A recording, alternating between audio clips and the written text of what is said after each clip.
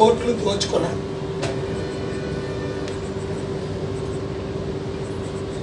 నా కన్నీరు దేవుడు చూస్తున్నాడు. నేను రాజకీయాలకు వచ్చింది పదవి కొరకు కాదు, డబ్బు కొరకు కాదు. డబ్బు ఎక్కడ ఉందో తెలుసు.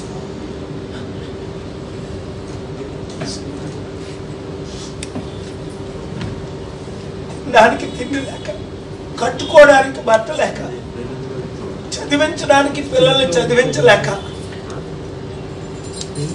వాడడానికి మందులు లేక, ఉండడానికి ఇల్లు లేక, యునైటెడ్ నేషన్స్ లో మానవ హక్కుల్లో ఈ 5 కనీస హక్కులు. ప్రతి వారికి తిండి ఉండాలి, ప్రతి వారికి బట్ట ఉండాలి, ప్రతి వారికి ఇల్లు ఉండాలి, ప్రతి బిడ్డకి చదువు ఉండాలి, ప్రతి బిడ్డకి ప్రతి కుటుంబానికి వైద్యం ఉండాలి. రాజకీయ నాయకులకు నిద్ర ఎలా పడుతుంది? ఈ రోజు 1,00,000 రూపాయల ఆస్తి ప్రపంచంలో నా సొంత పేరుని ఎక్కడా లేకుండా 3.5 లక్షల కోట్లు ఇచ్చి ఇప్పించానంటే, నా భార్యని ఇంటర్వ్యూ చేయమన్నాను ఎవరైనా, మార్చి 22 నా భార్య అమెరికా వెళ్ళిపోతుంది. ఎందుకు ఛానల్స్ ఇంటర్వ్యూ చేయట్లేదు ఆవిడ్ని? 1,00,000 రూపాయల ఆస్తి ఇచ్చాను నా భార్యకి 33 సంవత్సరాల్లో. నా కొడుక్కి కానీ, నా కూతుర్లకు కానీ, నా మనవడికి కానీ ఇన్ని వేల కోట్లు, లక్షల కోట్లు దేవుడు నాకు ఇచ్చాడు. ఈ రోజు నేను చనిపోతే నా భార్య పిల్లలకి దిక్కే లేదు. ప్రపంచంలో ఉన్న చారిటీలన్నీ సొసైటీ పేరు పెట్టేసి 1,00,000 రూపాయల ఆస్తి నా భార్యకి, నా పిల్లలకి, నా మనవలకి, నా తల్లిదండ్రులకి నేను ఇవ్వలేదు. నా అన్నయ్య పిల్లలు 100 కోట్లు సంపాదించుకున్నారు, కనీసం 100 కోట్లు నేను సంపాదించిన దాంట్లోనే మిగిలించుకొని. నా అక్క, నా బావగారు సంపాదించుకున్నారు.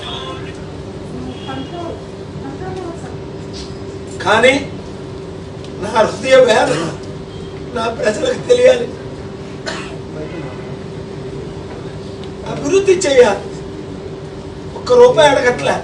ఎవరికి పార్టీకి ఫండ్ అడిగితే 1 లక్ష 2 లక్షలు ఇచ్చారు. సిగ్గుపడుతున్నా. లైఫ్ లో అడగలే డబ్బు. 37 సంవత్సరాలు రాజాలో ఉన్నా 1 రూపాయి చందా తీసుకోలేదు. అమెరికాలో 14 లక్షలు 17 లక్షలు వచ్చినా చందా తీసుకోలే.